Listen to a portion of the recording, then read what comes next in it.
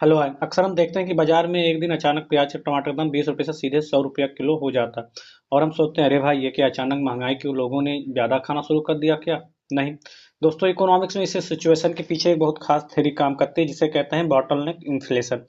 नमस्ते दोस्तों, स्वागत है। आज हम समझेंगे कि ये बॉटलनेक इन्फ्लेशन आखिर किस बला का नाम है और ये आपकी जेब पर कैसे असर डालती है। इस कंसेप्ट को समझने के लिए अपने दिमाग में एक पानी के बोतल की इमेज बनाइए। बोतल का जो नीचे का चौड़ा हिस्सा होता है उसे मान लीजिएगा डिमांड है, जो काफी ज्यादा है, लेकिन बोतल की गर्दन पतली है। वो सप्लाई चेन यानी कि आपूर्ति है जो पतली है। अब बोतल में पानी तो बहुत है यानी कि डिमांड है, लेकिन गर्दन पतली होने की वजह से पानी बाहर नहीं निकल पा रहा है यानी कि सप्लाई रुक गई है। तो इसे ही कहते हैं बॉटल नेक। जब इकोनॉमिक्स में डिमांड तो उतनी ही रहे जितनी पहले थी, लेकिन सप्लाई साइड पर कोई रुकावट आ जाए, चीजों के दाम बढ़ने लगते हैं, ऐसे ही बॉटलनेक इन्फ्लेशन कहते हैं। अब सवाल यह है कि सप्लाई रुकती क्यों है। इसके पीछे तीन बड़े कारण होते हैं जिसे हम स्ट्रक्चरल क्राइसिस भी कहते हैं।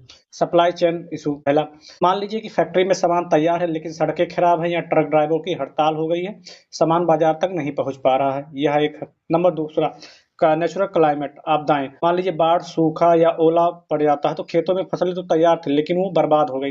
डिमांड वही है पर सप्लाई खत्म। होर्डिंग यानी कि जमाखोरी, कभी कभार व्यापारी जानबूझ के गोदाम का माल भर भर कर रख लेते हैं ताकि बाजार में कमी हो और दाम बढ़े। और यहाँ एक आर्टिफिशियल बॉटलनेक है।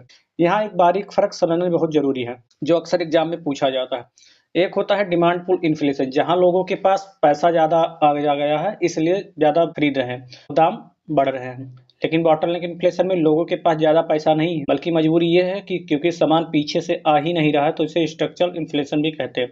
इसमें सरकार को इंटरेस्ट रेट बढ़ाने से या ज्यादा फायदा नहीं होता, बल्कि उन्हें सड़कें ठीक करनी हो पड़ती है या जमाखोरी रोकनी पड़ती है। तो आसान शब्दों में जब जब जब सब कुछ सही हो लेकिन रास्ते की रुकावट की वजह से सप्लाई बढ़े तो उसे बॉटलनेक इन्फ्लेशन कहते हैं। यह इकोनॉमिक्स के लिए एक चेतावनी होती है कि हमें अपनी इंफ्रास्ट्रक्चर सुधारने की जरूरत है। मुझे उम्मीद है कि जब भी आप न्यूज में सप्लाई शॉक सुनेंगे तो आपकी ये बॉटलनेक थ्योरी याद आ जाएगी। अगर आपको ये कंसेप्ट क्लियर हो गया है तो कमेंट में यस लिख के बताइए। यूपीएससी और अन्य एग्जाम के लिए ऐसे ही टॉपिक्स को आसान भाषा में समझने के लिए द स्टडी डायरी को अभी सब्सक्राइब करें और अपने दोस्तों को शेयर करें। Okay bye.